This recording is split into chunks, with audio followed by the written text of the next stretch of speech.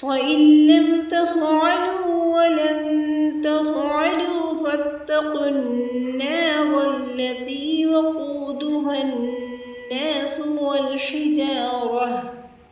أعدت للكافرين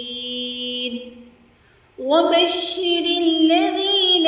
آمنوا وعملوا الصالحات أن لهم جنات تجري من تحتها الأنهار كلما رزقوا منها من ثمرة رزقا قالوا هذا الذي رزقنا من قبل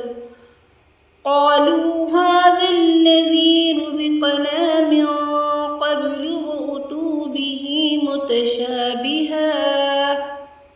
ولهم فيها أزواج مطهرة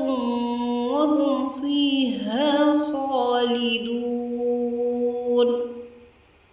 إن الله لا يستحيي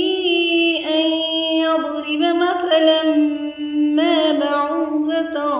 فما فوقها فأما الذين آمنوا فيعلمون أنه الحق من ربهم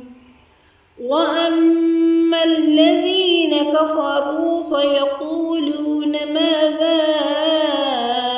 أراد الله بهذا مثلا